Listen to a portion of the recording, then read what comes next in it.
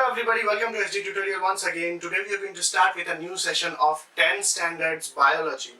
This is mainly focused towards CBSE syllabus, and the portion that is going to come from is from NCERT book.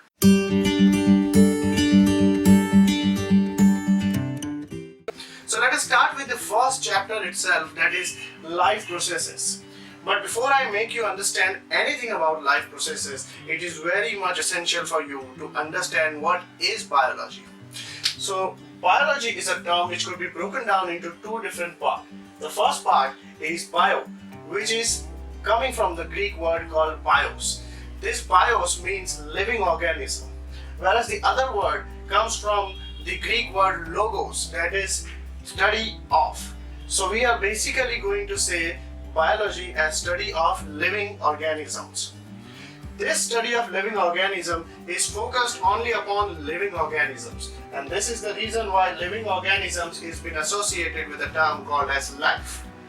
This life consists of different kinds of processes that is going to help the organism to survive in the environment. Life processes could be better understood by identifying living organisms. Living organisms can usually be identified with the help of the movement it carries out. Now this movement can be broken down into two. The first is the movement that is related to growth, and the movement that is happening at a molecular level, or any other movement that is helping the living organism to survive. You could take an example of a plant. You would see that the growth in the plant is happening over a period of time. This period of time could be few days, few months, or few years. But taking a look at the growth of the plant, you would not be able to substantially identify unless and until there is a change in the structure.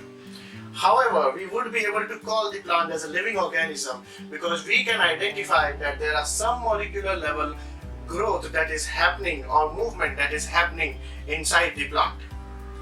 That is why plant is been called as a living organism.